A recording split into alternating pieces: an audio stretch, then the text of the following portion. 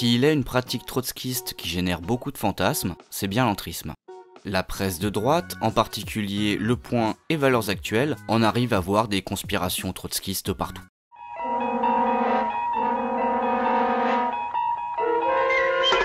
Bon, laissons donc la droite avec ses cauchemars et interrogeons-nous sur ce qu'est réellement l'entrisme.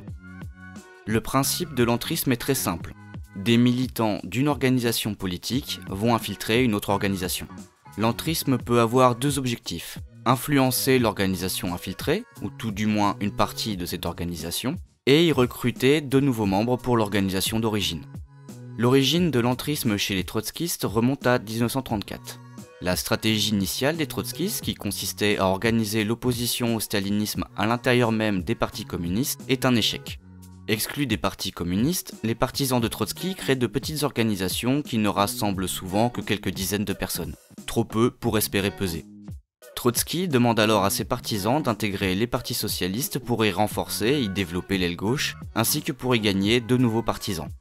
Cette tactique peut sembler pour le moins originale, mais elle répond aussi à une certaine logique pour Trotsky.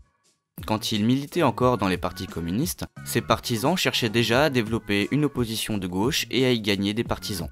L'entrisme revient à poursuivre ce travail ailleurs. Par ailleurs, l'entrisme dans les partis socialistes fait écho à la ligne du front unique. Une partie des travailleurs reste attachée à la social-démocratie, et il faut donc trouver un moyen de les gagner à la cause révolutionnaire. Dans certains cas, l'entrisme se fait au grand jour. Les militants trotskistes ne cachent pas leur appartenance politique. C'est l'entrisme à drapeau déployé. Ainsi, en 1934, les trotskistes français qui viennent d'intégrer le Parti socialiste y forment officiellement une tendance appelée groupe bolchevique-léniniste. Plus proche de nous, les trotskistes du groupe La Riposte pratiquent aussi une forme d'entrisme au grand jour au sein du Parti communiste français. Cependant, il arrive aussi que l'entrisme soit une pratique secrète. Les militants trotskistes cachent alors leur appartenance politique dans les organisations qu'ils infiltrent. C'est notamment le cas lorsque l'entrisme se fait en direction des partis communistes.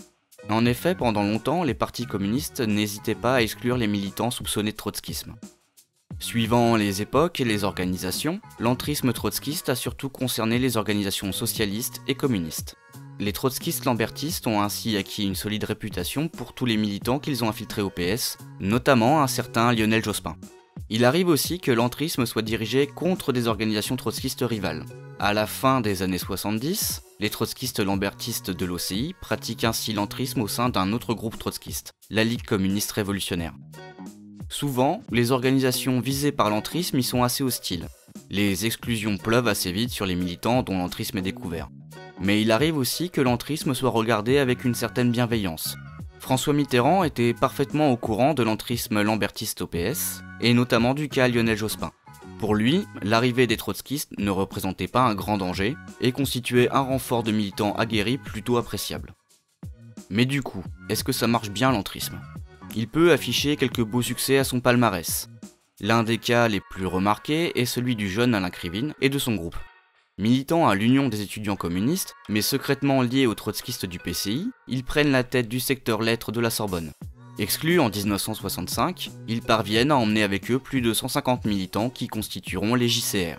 Ce succès est cependant à relativiser vu la situation bordélique dans laquelle se trouvait l'UEC à l'époque.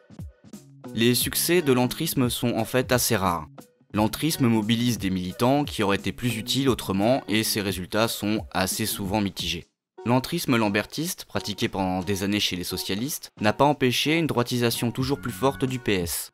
Pire, des militants lambertistes, dont le fameux Lionel Jospin, ont fini par rompre avec le trotskisme pour devenir des socialistes à part entière. Ainsi, non seulement les lambertistes n'ont pas réussi à influencer le PS, mais ils ont en plus perdu beaucoup de militants dans cette affaire. Autre difficulté pour les organisations trotskistes pratiquant l'entrisme, le risque de scission. L'entrisme fait débat, et du débat à la scission, il n'y a parfois qu'un pas. Ainsi, en 1953, la décision de pratiquer l'entrisme dans les partis communistes aboutit à une scission dans la 4e internationale. Bref, l'écart est grand entre les fantasmes que génère l'entrisme et les résultats assez contrastés qu'il obtient réellement.